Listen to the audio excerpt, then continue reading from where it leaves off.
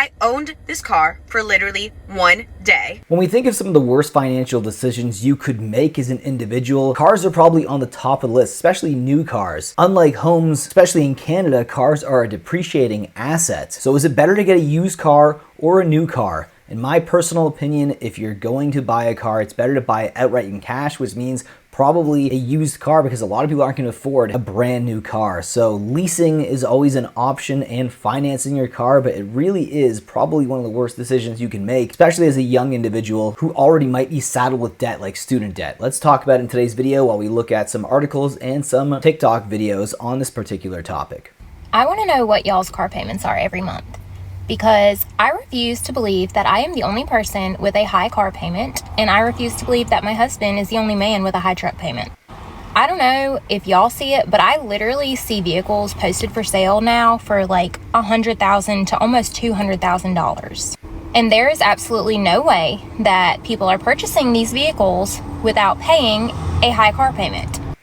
So y'all are mad at me, and I know that I am not the only person with these high-ass car payments. Well, most of these people are probably leasing these cars. $100,000 is ridiculously expensive for someone who's just like a regular individual with a regular job. So a lot of these people, unfortunately, are leasing their cars, but I still think it's better to buy a used car, especially if you have the cash for it.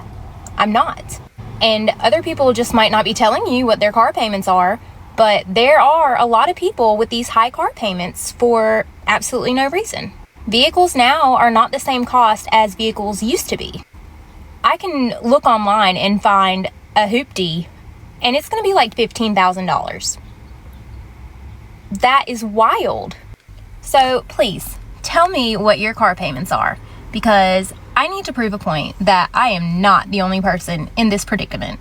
Especially people that bought their cars a few years ago during the pandemic, because that is when the cars started getting really high, which is when I bought our vehicles. So tell me, do you have a high car payment or do you have a low car payment? Because there's got to be way more high car payments than just me. Well, it's not just new cars that were spiking during the pandemic. Used cars actually were going up in price like crazy because there was a shortage of chips. So basically you couldn't really buy new, or they weren't able to actually make new vehicles. So at that time, you were seeing this crazy high spike in prices on used cars as well. Okay, you guys, the past 2 days of my life have been so insanely stressful, and let me tell you why. So I bought my car. Woohoo! Yay! I didn't even get to really like enjoy it because the financing and like all of the contracting part, they fucked me so hard. They messed me up so hard. I didn't realize how bad the refinancing contract was. Blase, blase, blase. I didn't realize any of these things until, of course, I call my father and I tell him like I'm all excited. I'm like, oh, they did this and this, and my dad's like, what?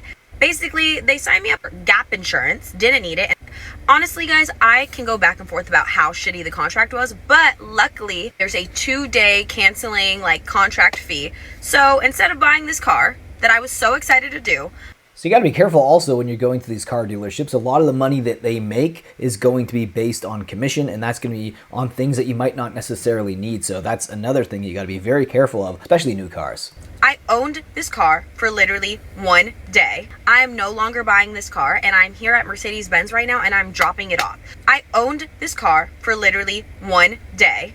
I'm just going to trade it in, forget the contract, whatever, and in a few months I will be getting into a new car. And I say a few months because we have some life-changing things coming up that you guys don't know about yet, and you guys will know very soon, and then you will understand why it is not smart for me to get into a vehicle right now. Okay, so stay tuned for that. But yeah, long story short, I feel like I really try to do what was best financially. I was like, okay, I'm gonna buy this car for the low, and then I'm gonna sell it and I'm gonna flip it, whatever. It was not that simple, and it was never that simple. And I'm just a girl.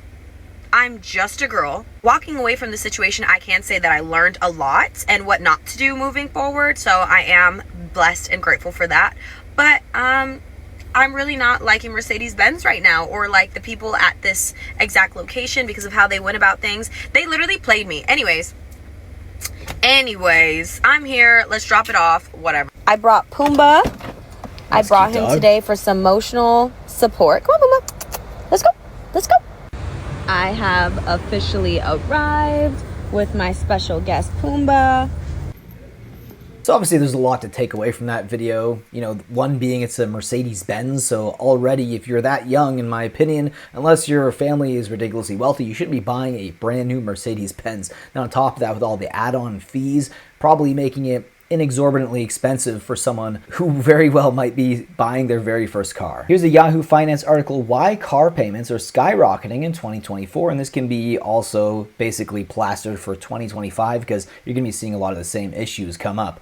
If you're a car owner, you've probably noticed that car payments are higher than they've ever been in the past year. It's not just your imagination. In fact, as CNBC reported, the average car payment grew from $535 in May 2019 to $760 in May of 2024. So within 5 years, the car payments went up by over $200. And that is a 40% increase. One of the primary reasons for the increase in car payments is simply higher car prices. Over the past few years, there has been a steady rise in vehicle costs, with some popular models seeing an average increase of 19% or more within the past 5 years.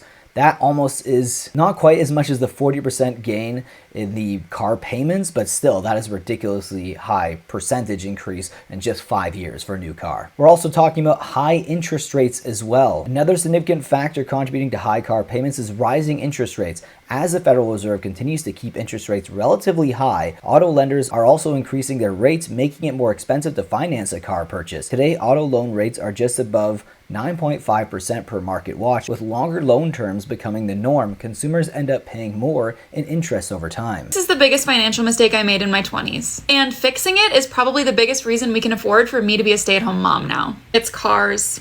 I'm sorry, I know no one wants to hear that, but hear me out, okay? When my husband and I were 23 or maybe 24, we both had our old cars that we had been driving since we were 16. We both upgraded in our 20s, and somehow we ended up with $650 worth of car payments. Your car value goes down over time. So I know you need a reliable car, and it's tempting to spend a lot of money on a reliable car that is near the top of your price range. But that money is not going to do anything for you down the line. So my general rule for cars is to not have more than 10% of your take-home pay be taken up by your car payment. Now, if you want to have a more expensive car than that, that's totally fine. I'm not going to tell you what to do. But just know that anything above that 10% mark is going to cut into other areas of your budget. So like when I say that you shouldn't spend more than 30% of your budget on non-essential purchases, a more expensive car would be part of that 30%. So it bleeds over into other areas of your budget, so the whole budget needs to reflect the fact that you're prioritizing driving a nicer car. Or you could just buy a used car with cash. Now, I know not everyone can do that, and not everyone is going to have a bunch of money in their savings account,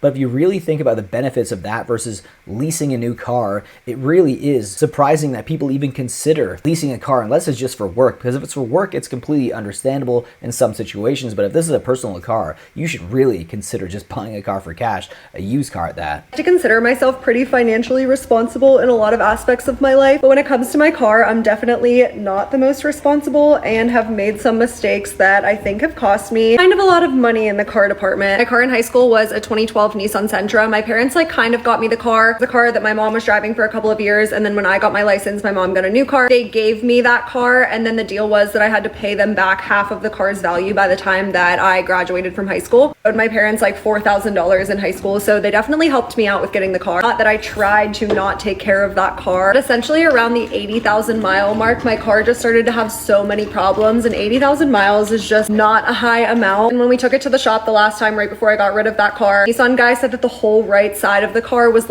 totally bent. Tire rod or whatever was totally bent, and he said that that was due to me hitting a lot of curbs, which I obviously didn't try to do. But looking back, I really didn't take the best care of that car. I also wasn't very good about keeping up with oil changes. I remember a couple of months after I got the car, I texted my parents and I was like, at what point does a car need an oil change? Because I didn't know. And they said every 5,000 miles, and my car was coming up to 10,000 miles. And even now, I am admittedly very bad at remembering when my car needs an oil change, which is definitely on me and is probably another big reason why my last car died around 80,000 miles. I also just feel like Nissans probably aren't the best, and when it was time to trade in my last car, I don't know why I just kind of thought that I had to get another Nissan. I made the decision to trade in my car because the cost of repairs was going to be much more than the value of the vehicle. It was at the Nissan dealership, so they were the ones being oh yeah, you can trade in your car. I thought that I had to like trade it in for another Nissan. So I got another Nissan Sentra. The reason why this is so top of mind right now is because last night I was driving on the highway and I hit such a big pothole